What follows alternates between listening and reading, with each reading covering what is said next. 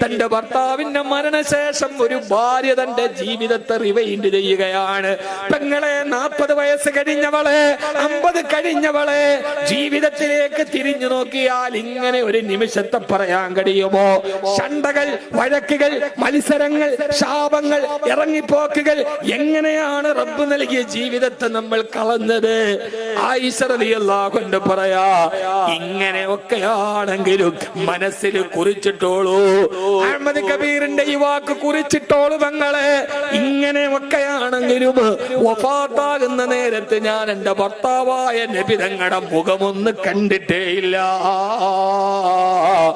എന്റെ ഹബീബായ നബി തങ്ങളുടെ മുഖം നേരെ ചൊവ്വയൊന്ന് കാണാൻ എനിക്ക് ഭാഗ്യം ലഭിച്ചില്ല.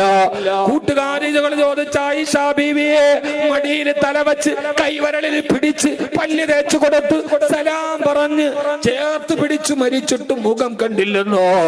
ആയിഷ റളിയല്ലാഹു തആല കണ്ണീരോടെ പറയുന്നുണ്ട്. എങ്ങനെ കാണാനാണ് സഹോദരി? ആ സമയത്ത് ഹബീബായ നബി തങ്ങളുടെ ഞങ്ങളുടെ വീട്ടിൽ വിളക്ക് കത്തിക്കാനുള്ള എണ്ണ ഇല്ലാത്തത് കൊണ്ട് അന്ന് വീട്ടിൽ വിളക്ക് കത്തിച്ചിട്ടുണ്ടായിരുന്നില്ല. വീട്ടിൽ ഇരുട്ടായിരുന്നു. ആ ഇരുട്ടത്താണ് എന്റെ ഹബീബ് വിട പറഞ്ഞത്. തരുണീമണി ആയിഷ യുവത്വത്തിന്റെ പ്രസരിപ്പിൽ ജീവിക്കുമ്പോ